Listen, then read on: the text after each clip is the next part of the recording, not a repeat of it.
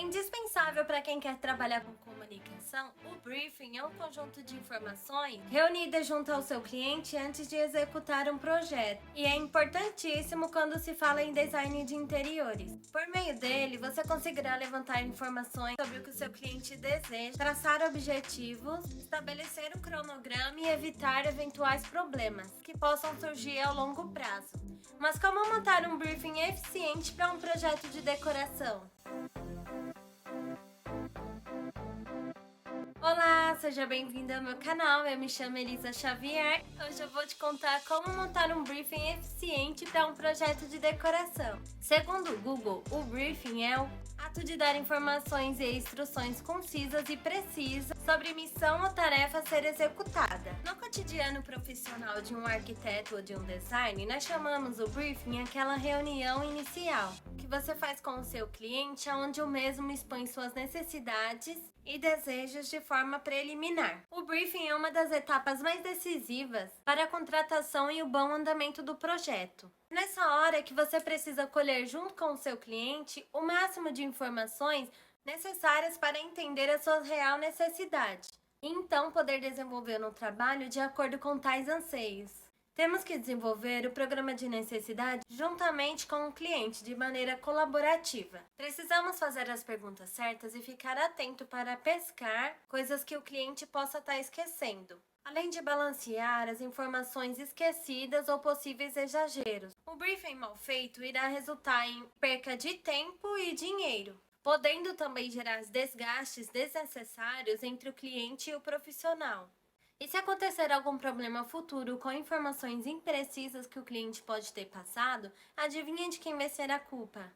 Por isso, devemos executar bem o briefing e criar um padrão para que esse tipo de situação não ocorra.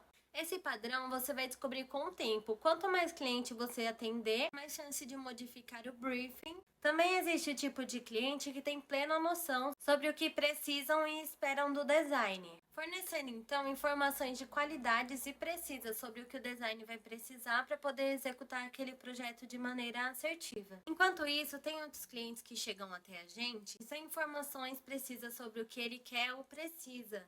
E para diminuir o risco de coletar as informações erradas ou imprecisas dos nossos clientes, nesse vídeo eu vou ensinar para você como estruturar um briefing de uma forma que ajudar a garantir que o nosso briefing não vai ter erros. E a primeira dica é: peça referências de imagens. Trabalhar com elementos visuais, além dos verbais, facilita muito nessa parte. Julgando que a maioria dos seus clientes é leigo na área de arquitetura ou design, ele não saberá responder as perguntas que você fará se não tiver uma imagem para utilizar como referência. Ao marcar a primeira reunião com o cliente, peça para ele trazer referências de imagem de projetos que ele viu e gostou.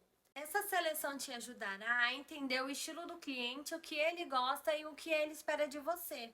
Você também pode criar uma pasta no Pinterest, onde seu cliente pode compartilhar com você as referências que ele gostar. Dessa forma, você vai ter acesso de maneira mais prática. Segunda dica: faça um questionário prático. Perguntas do teor prático devem ser feitas para resolver questões básicas do projeto. Enumerei algumas para você, mas fique à vontade para acrescentar ou modificar qualquer pergunta. Nós temos dois tipos de perguntas, aquela que é fechada e aquela que é aberta. A pergunta que é aberta, ela vai estimular o seu cliente a responder coisas além de sim ou não. O que você precisa em qualquer tipo de briefing é estimular a fala do seu cliente. Então eu trouxe alguns exemplos de perguntas fechadas que você deve evitar quando você estiver elaborando o seu questionário. Você gosta de cor amarela?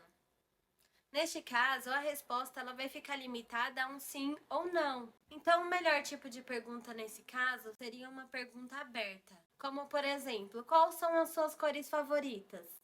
Você conseguiu ver a diferença? Nesse caso, o cliente ele vai conseguir te explicar de uma forma melhor qual a cor que ele gosta ou talvez até um porquê. Também temos outros tipos de perguntas que é essencial quando a gente estiver fazendo um questionário.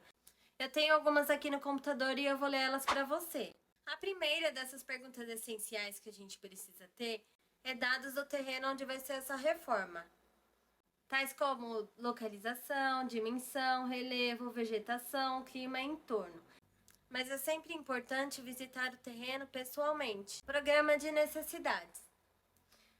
Usos e atividades, necessidades específicas, funções, características, estimativas de dimensões, desejos e perfil do contratante, estilo de arquitetura preferido, gostos e hábitos pessoais, expectativas, perspectivas, imagens que deseja passar. Outra coisa muito importante também tem a ver com as expectativas do cliente. Seria prazo de entrega, orçamento, datas para entrega do projeto, início e finalização da obra, orçamento disponível, quanto o cliente deseja gastar com essa obra, desempenho. É importante prever as possíveis exigências quanto ao conforto térmico e acústico, sustentabilidade e performance em algum quesito peculiar. Além das perguntas que você precisa fazer para o cliente, é interessante fazer anotações resumindo tudo que você entendeu que é importante. Então entramos para a terceira dica.